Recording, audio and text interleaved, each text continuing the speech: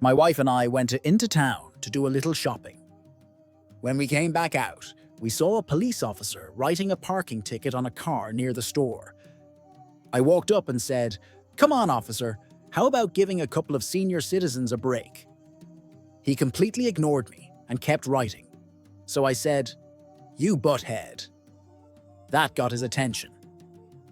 He looked up, glared at me, and started writing another ticket for worn-out tires.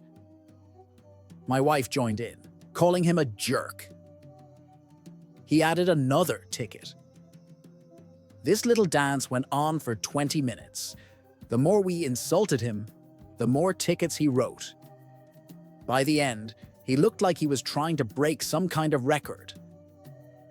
He finally slapped a whole stack of tickets on the windshield, gave us one last dirty look, and stormed off. Just then, our bus pulled up. Yep, not our car, not our problem. We got on the bus and went home laughing. Now that we're retired, we try to have a little fun every day. Life's short. Might as well enjoy it while we still have the energy and free bus passes. On their honeymoon, the new husband told his bride, "I have a confession to make that I should have made before, but I was concerned that it might affect our relationship." "What is it?" his new bride asked lovingly. "I'm a golf fanatic," he said. "I think about golf constantly. I'll be out on the golf course every weekend, every holiday, and every chance I get. If it comes to a choice between your wishes and golf, golf will always win." His new bride pondered this for a moment and said, "I thank you for your honesty. Now, in the same spirit of honesty, I should tell you that I've concealed something about my own past that you should know about. The truth is, I'm a hooker." "No problem," said her husband. "Just widen your stance a little and overlap your grip, and that should clear it right up." Bob and Joe have been playing golf together for 30 years until Bob's eyesight starts to decline. Joe talks Bob into playing their first round of golf in a year when he tells him, "Look, my eyesight's still good. I'll watch your ball for you when you hit it so we can still play." So Bob and Joe get their clubs and take off to the country club. Bob steps up to the first tee and drives it right down the fairway. He turns to Joe and says, "Okay, Joe, did you see it?" "Sure did. That was some drive, Bob." "Well, where did it go?" Bob asks. Joe thinks for a minute and says, "I can't remember." An elderly woman goes to her doctor for a checkup. After running some tests, the doctor recommends more cardiovascular exercise. "Oh, I'm an old woman," she protests. "I haven't been able to get that much exercise for years."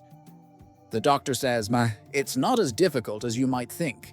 For instance, if you and your husband had love 3 times a week, you'd be amazed how much that could help." The woman blushed. "Oh, I can't tell him something like that. It's embarrassing. Can you talk to him?" "Sure thing." The doctor goes out into the waiting room and finds the woman's husband. "Sir, I've been talking with your wife about getting more cardiovascular exercise, and I'm recommending that she have activity 3 days a week." "Which days?" asks the husband. "Well," the doctor says, "I'd suppose Monday, Wednesday, and Friday would be ideal." To which the husband says, "I can bring her on Monday, but Wednesday and Fridays I golf, so she's going to have to take the bus." A Kentucky teacher was quizzing her students. "Johnny, who signed the Declaration of Independence?" He said, "I know." She was a little put out by his swearing, so she told him to go home and to bring his father with him when he came back. Next day, the father came with his son, sat in the back of the room to observe. She started back in on her quiz and finally got back to the boy. "Now, Johnny, I'll ask you again. Who signed the Declaration of Independence?" "Well, teacher," Johnny said. "I told you I didn't know." The father jumped up in the back, pointed a stern finger at his son, and said, "Johnny, if you signed that thing, you well better admit it." Yesterday, my son emailed me asking why I didn't do something useful with my time. "Like sitting around playing on my computer is not a good thing?" I asked. Talking about my doing something useful seems to be his favorite topic of conversation. He said he was only thinking of me, he said, and suggested that I go down to the senior center and hang out with the men. I did this, and when I got home last night, I decided to play a prank on him. I emailed him and told him that I had joined a parachute club. He replied, "Are you nuts? You are 60 years old, and now you're going to start jumping out of airplanes?" I told him that I even got a membership card and emailed a copy to him. He immediately telephoned me and yelled, "Good grief, Mom, where are your glasses? This is a membership to a prostitute club, not a parachute club." Oh man, I'm in trouble again. I said I really don't know what to do. I signed up for 5 jumps a week. The line went quiet, and his friend picked up the phone and said that my son had fainted. Life as a senior citizen is not getting any easier, but sometimes it can be fun. A young newlywed couple wanted to join a church. The pastor told them, "We have a special requirement for new members. You must abstain from for 2 full weeks." The couple agreed and came back after 2 weeks. The pastor asked, "Well, how did it go?" The husband sighed, "Pastor, we tried. We really did, but we didn't make it." "What happened?" the pastor asked. The man explained, "My wife was reaching for a can of corn on the top shelf. She dropped it. And when she bent down to pick it up, I just couldn't help myself. I was overcome with desire and, well, it happened right there." The pastor, clearly unimpressed, said, "I'm sorry, but you're not welcome in this church." The man shrugged and said, "That's okay. We're not welcome at the grocery store anymore either." Tag someone who'd probably fail the corn test too. A little boy was wandering around a hotel when he heard some strange noises coming from one of the rooms. Curious, he opened the door and said, "Wow, it's really dark in here." From inside, a man's voice replied, "What do you want, kid? Here's $10. Go get yourself something and don't come back." Well, a little while later, the boy came back, opened the same door, and again said, "Wow, it's still dark in here." Annoyed, the man groaned, "You again? Fine. Here's $10 more. Now scram." The boy walked away with $20 in his pocket and a mischievous grin on his face. The next morning, feeling a little guilty, he confessed to his mom. She frowned and said, "That's not okay. You need to go to church and confess your sins." So off he went. He entered the confession booth and said, "Wow, it's dark in here." And from the other side, he heard a very familiar voice say, "Seriously? Not you again." A man pours himself the bowl of cereal and sits down at the table. His friend Ralph is sitting at the table, already reading the newspaper. George, the man who just sat down, says, "Hey Ralph, there is a message in my alphabets. It says, Ooh." Ralph says, "George, those are not alphabets. They're Cheerios." An aging man lived alone in Ireland. His only son was in Long Kesh prison, and he didn't know anyone who would spade up his potato garden. The old man wrote to his son about it and received this reply: "For heaven's sake, don't dig up that garden. That's where I buried the guns." At 4 a.m. the next morning, a dozen British soldiers showed up and dug up the entire garden, but didn't find any guns. Confused, the man wrote to his son, telling him what happened and asking him what to do next. His son's reply was, "Just plant your potatoes." On a narrow mountain road, a man sees a police car driving uphill backwards. "Hi guys, why are you driving backwards? Because we are not sure that we will find a place to make a U-turn on the top of the mountain." After 1 hour, the same man sees the same police car driving downhill backwards again. "But guys, why are you driving backwards again? We found a place to make a U-turn up there." A group of guys were chatting up a pretty blonde and, just messing around, asked her to climb a pole nearby. Surprisingly, she agreed and did it without hesitation. Later that day, she told her mom what happened. Her mom, horrified, said, "Sweetheart, don't you get it? They just wanted to see your underwear." The blonde felt embarrassed for being so naive, but she wasn't about to let them win. The next day, the same guys asked her again, and when she got home, she was glowing with pride. Her mom asked, "What's got you so happy?" And the blonde replied with a smirk, "I totally got them back. Today, I didn't even wear underwear." Droppa if you weren't ready for that twist. A blonde looking to make some extra cash decided to do odd jobs around her rich neighborhood. At the first house, the man says, "You can paint my porch." "How much?" $50, she replies. He agrees, hands her the paint and brushes, and goes back inside. His wife, overhearing, raises an eyebrow. Does she even know the porch wraps around the whole house? He shrugs. She should. She was standing on it. Not long after, the blonde knocks on the door. "All done?" She beams. "And I had enough paint left to give it 2 coats." The man, impressed, starts pulling out the cash when she adds with a smile, "Oh, and by the way, it's not a porch. It's a Lexus." Still laughing, tag someone who'd totally do this. Bill and Marla thought they had come up with a clever plan for a little alone time one Sunday afternoon. Their 12-year-old son was home. They sent him out to the balcony and told him to report on what was going on in the neighborhood. So the kid starts narrating like a news anchor. A car's getting towed from the parking lot. An ambulance just went by. The Andersons have company. Matt's got a new bike. And then, the Coopers are having alone time too. Mom and Dad sit straight up. "Wait, how do you know that?" The kid calmly replies, "Their son is standing on the balcony too." A woman walked into the police station with her next-door neighbor to report her husband missing. The officer asked for a description. She said, "He's 35, 6'4", dark wavy hair, dreamy brown eyes, athletic build, soft-spoken, and just wonderful with the kids." Her neighbor looked stunned and blurted out, "What? Your husband is 5'4", bald, has a beer belly, yells all the time, and the kids run when they see him." The wife calmly smiled and said, "I know, but who wants him back?" Little Johnny's father wakes him up one morning and says, "Johnny, go feed the animals as I am late and must take a shower."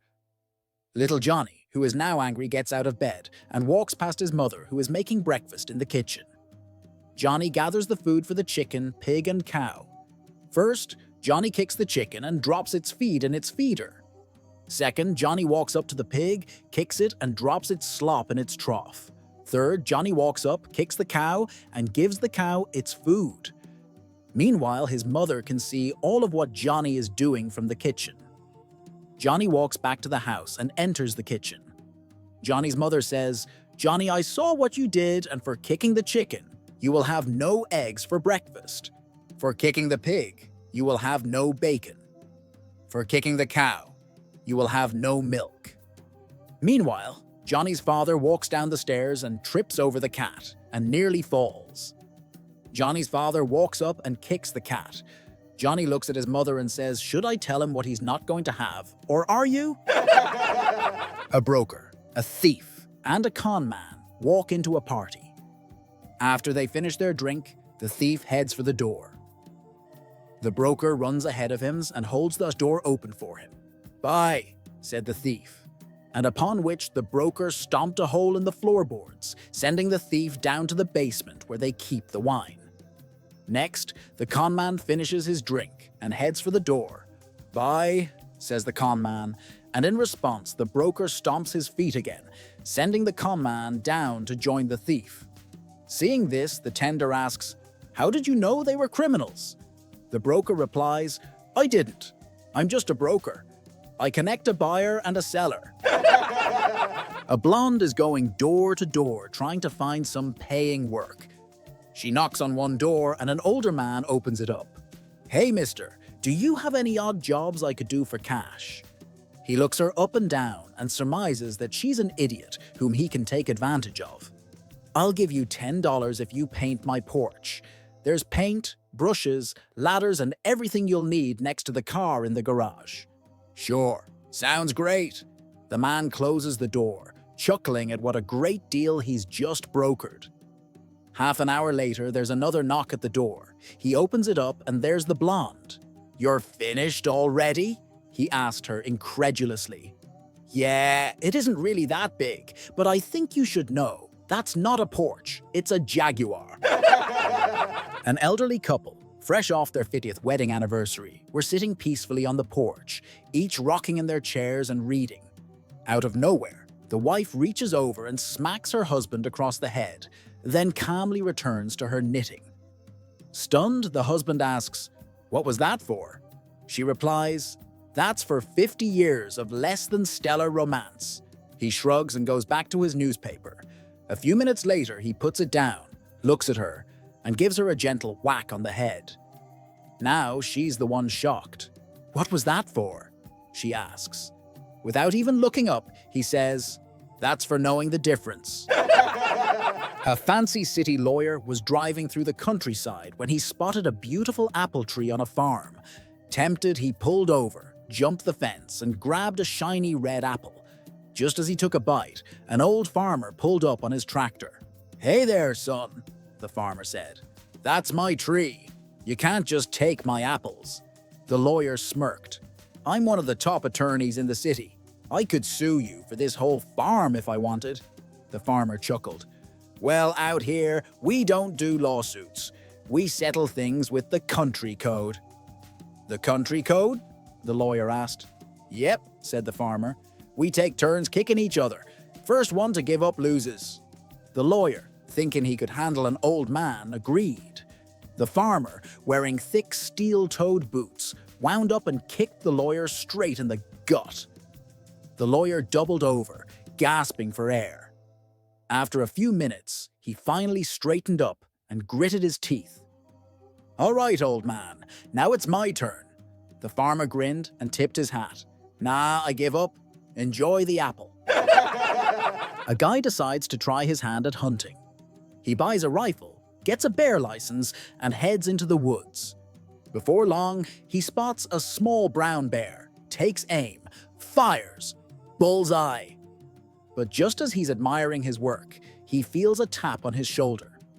He turns to find a large black bear glaring at him. "That was my buddy," the bear says. "Now you have two options. Either I give you a serious beating, or we do things my way." The hunter wakes up a few weeks later in the hospital, bruised, bandaged, and deeply regretting his choices. Determined, he grabs his gear and heads back into the woods. He finds that black bear and takes it down. But again, tap, tap, tap on the shoulder. He turns to see a massive grizzly. "You took out my friend," says the grizzly. "Now, same deal. A mauling, or we do it my way." A few months later, after intensive care and a whole lot of therapy, the guy is out of the hospital again, and he's not giving up. He storms back into the woods and finds the grizzly. Bam!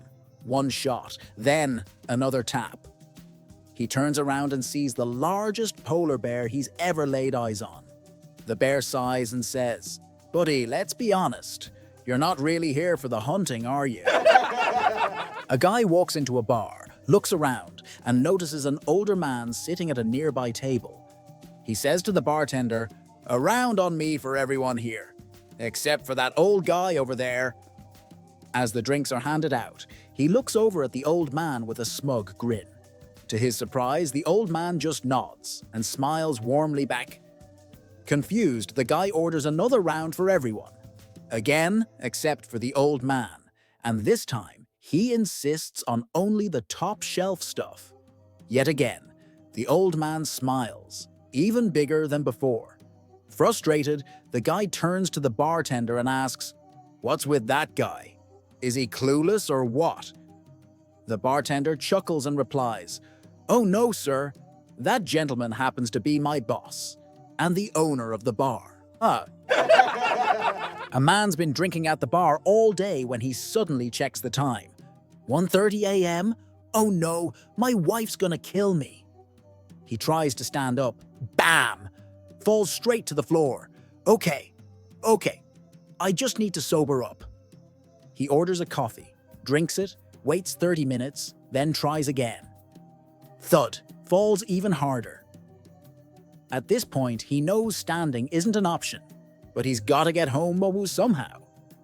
So he does the only thing he can. He starts crawling. After 40 minutes of crawling like a lost turtle, he finally makes it home, sneaks into bed next to his thankfully sleeping wife, and passes out cold. The next morning, his wife wakes him up with that look. So, how was last night? Did you have fun drinking all day? Thinking she has no idea, he plays it cool. Me? Nah, just a couple beers with coworkers. She nods. Oh, okay. Then, as she's walking away, she stops, turns back and smirks. By the way, the bar owner called, "Your wheelchair's still there, genius." An old man goes to a doctor in town for his first physical. When the doctor asks him how old he is, the old man replies, "Oh, about 80, I reckon." The doctor looks at him skeptically. "That can't be right. You don't look a day over 50. "Well," the old man replies, "I come from a long-lived family. That's on account of our turkey hunting. Every morning, my father and I get up at 4 o'clock in the morning, get the rifles, and go hunting for wild turkey. It's a hard morning's work to be sure, but it keeps us in great shape." "Wait a minute," the doctor says. "Your father and you. How old is your father?" "Well, let's see now. I reckon he's about 100 or thereabouts. Still gets up and hunts them turkey, just like my grandpappy." "And how old was your grandfather when he died?" "Oh, he ain't dead," the old man says with a chuckle. "He just turned 125 this month past." Now the doctor raises an eyebrow. "Really? And I suppose he was up at 4 o'clock this morning hunting turkeys too?" "Nope. He's getting married today." The doctor gapes at him. "Pardon my asking, but why the heck would a 125-year-old man want to get married?" The old man says, "Who says he wanted to?" An old man goes to a doctor in town for his first physical. When the doctor asks him how old he is, the old man replies, "Oh, about 80, I reckon." The doctor looks at him skeptically. "That can't be right. You don't look a day over 50. "Well," the old man replies, "I come from a long-lived family. That's on account of our turkey hunting. Every morning, my father and I get up at 4 o'clock in the morning, get the rifles, and go hunting for wild turkey. It's a hard morning's work to be sure, but it keeps us in great shape." "Wait a minute," the doctor says. "Your father and you. How old is your father?" "Well, let's see now. I reckon he's about 100 or thereabouts. Still gets up and hunts them turkey, just like my grandpappy." "And how old was your grandfather when he died?" "Oh, he ain't dead," the old man says with a chuckle. "He just turned 125 this month past." Now the doctor raises an eyebrow. "Really? And I suppose he was up at 4 o'clock this morning hunting turkeys too?" "Nope. He's getting married today." The doctor gapes at him. "Pardon my asking, but why the heck would a 125-year-old man want to get married?"